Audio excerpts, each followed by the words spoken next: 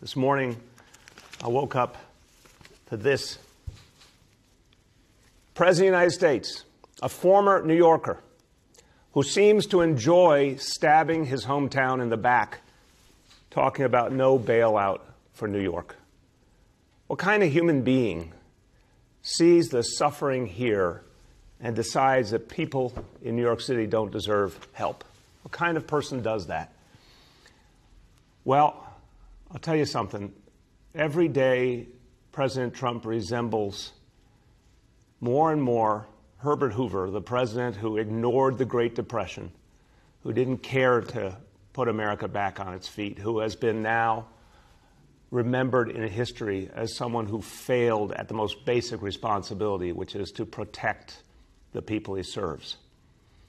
President Trump wasn't there for us when we needed the testing to stop this horrible disease, and now he's talking about not helping us in our hour of need.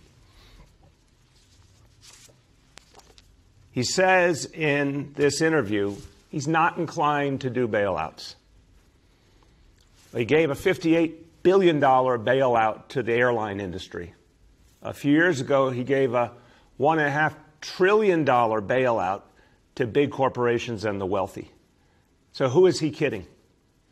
He's not inclined to do bailouts now. That means he's not inclined to help firefighters, EMTs, paramedics, police officers, doctors, nurses, healthcare workers, teachers, sanitation workers, all the people who are depending right now on the federal government stepping up and making New York City and New York State and so many other cities and states whole.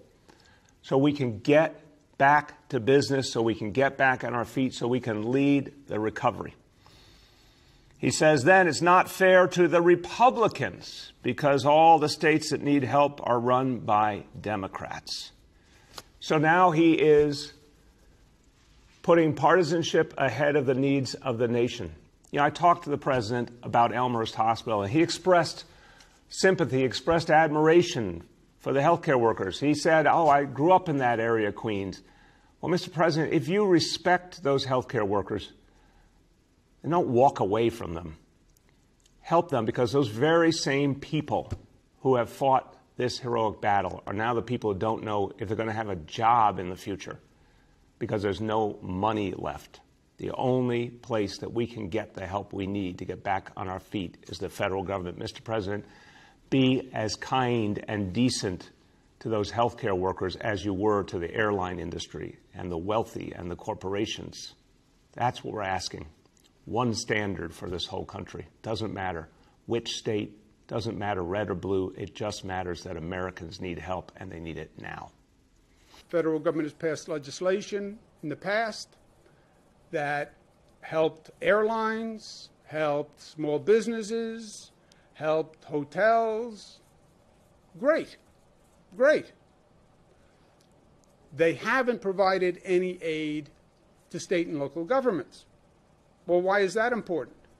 It's the state and local governments that fund police, fire, education, teachers, healthcare workers.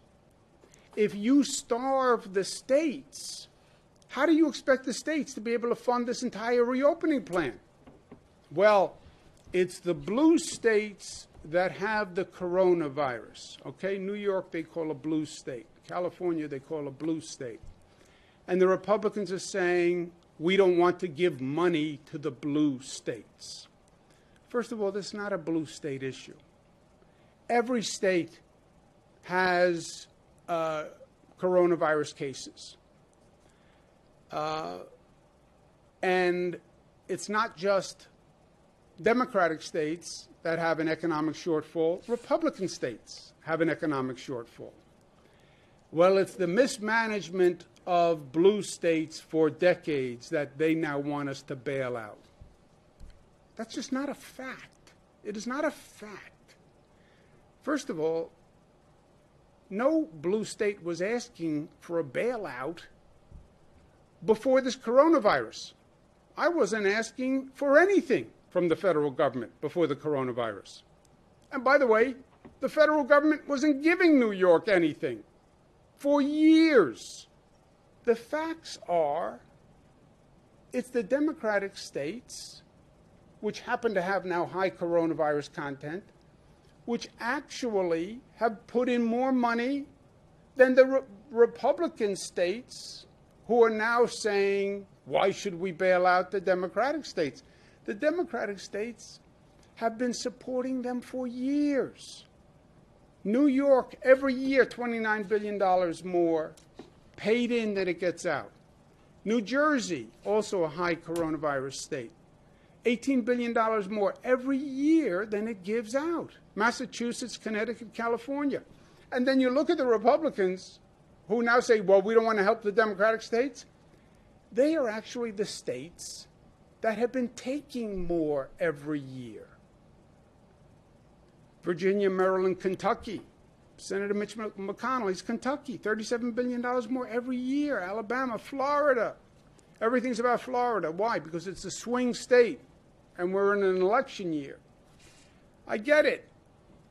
Florida gets $30 billion more every year than it puts in. You look at where we've been over the past 5 years, we paid in $116 billion more than we gave back. You want to be fair, just give New York back the money you took, and it'd be $116 billion. You go down this path of partisanship and politics, you will never pass a bill. And if you never pass legislation, you'll never get this economy back on its feet. And you have to get out of this Democrat, Republican, it's red or blue. It's not red or blue.